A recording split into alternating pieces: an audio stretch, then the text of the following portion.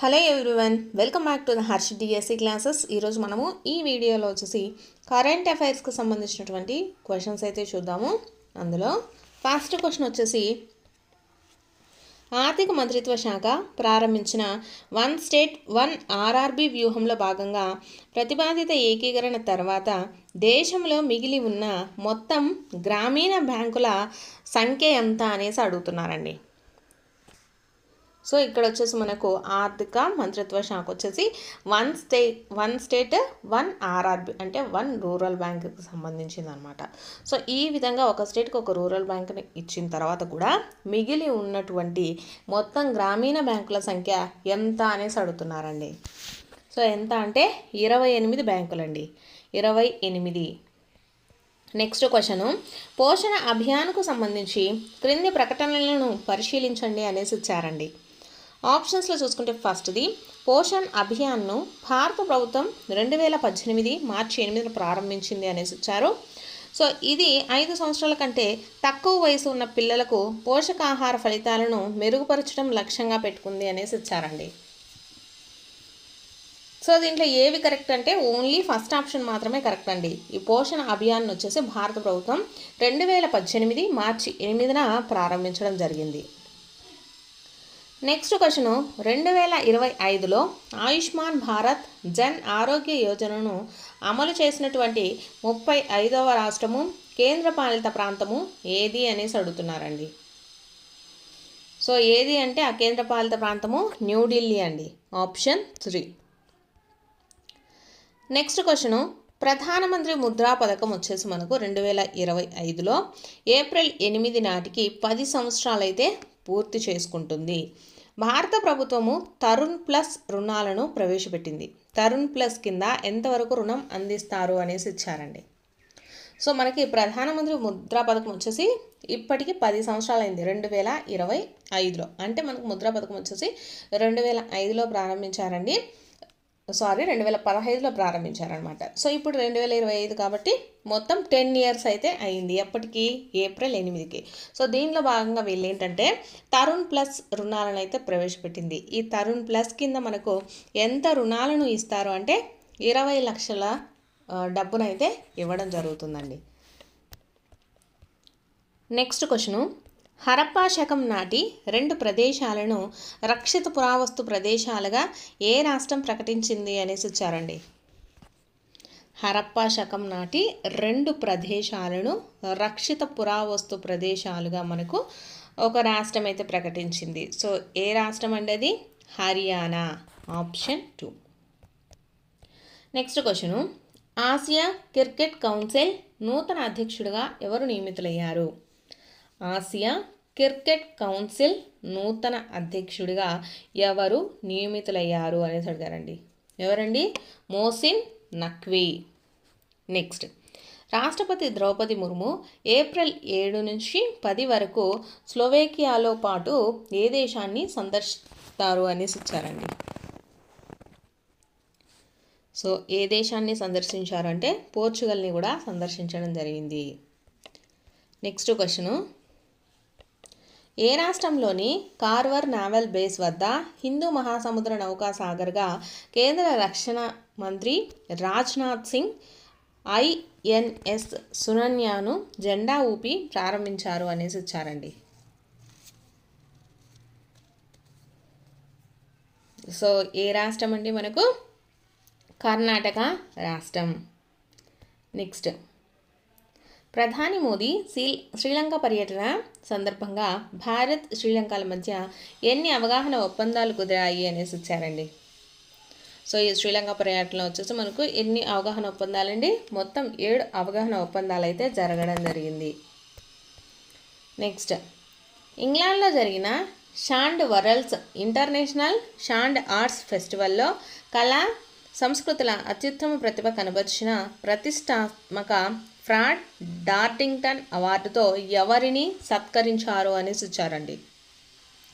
ఆప్షన్స్లో మనకు జితేంద్ర హరిపాల్, సుదర్శన్ సాహు, అలాగే కైలాష్ చంద్రమోహర్, సుదర్శన్ పట్నాయక్ అనేసి ఇచ్చారండి.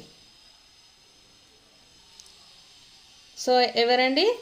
సుదర్శన్ పట్నాయక్ మనకు తెలిసిందే కదా, శాండ్ తోటి మనకు అక్కడ ఆర్ట్స్ అయితే వేస్తూ ఉంటారనమాట. సో ఇతనికి వచ్చేసి ఇంగ్లాండ్లో జరిగిన Sand Worlds International Sand Arts ఫెస్టివల్లో కళా సంస్కృతుల అత్యుత్తమ ప్రతిభ కనబరిచిన ప్రతిష్టాత్మక ఫ్రాడ్ డార్టింగ్టన్ అవార్డుతో అయితే వీళ్ళని సత్కరించడం జరిగిందండి. ఎవరిని అంటే సుదర్శన్ పట్నాయక్. నెక్స్ట్ క్వశ్చను, 2025 ఏప్రిల్లో సీషెల్స్కు మొదటి ట్రై సర్వీసులు పూర్తి మహిళా ప్రదక్షిణ సెయిలింగ్ యాత్ర సముద్ర ప్రదక్షిణ ప్రారంభించినటువంటి నౌక పేరు ఏది అనేసి అడుగుతున్నారు. సముద్ర ప్రదక్షిణ ప్రారంభించినటువంటి నౌక పేరు సో ఏదండి? త్రివేణి అండి. ఆ నౌకకి ఏం పేరు పెట్టారంటే త్రివేణి. నెక్స్ట్ క్వశ్చను, ప్రపంచ వాతావరణ చర్యలను వేగవంతం చేయడానికి గ్లోబల్ క్లైమేట్ కౌన్సిల్ను నూతన అంతర్జాతీయ సంస్థగా ప్రతిపాదించినటువంటి దేశం ఏది అనేసి అడిగారండి.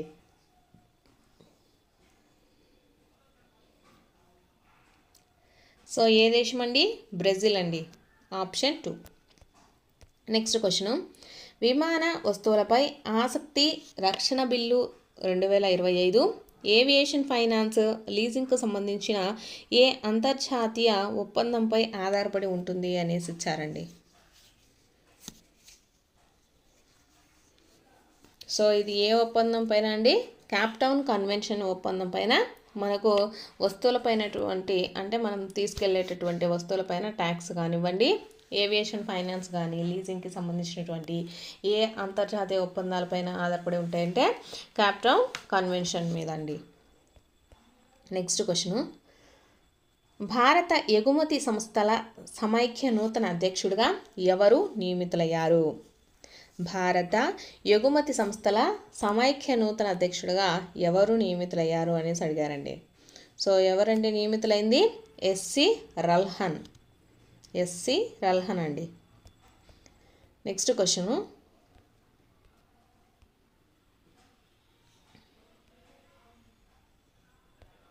హన్సా 3 శిక్షణ విమానాన్ని ఏ సంస్థ రూపొందించి అభివృద్ధి చేసింది అనేసి ఇచ్చారండి.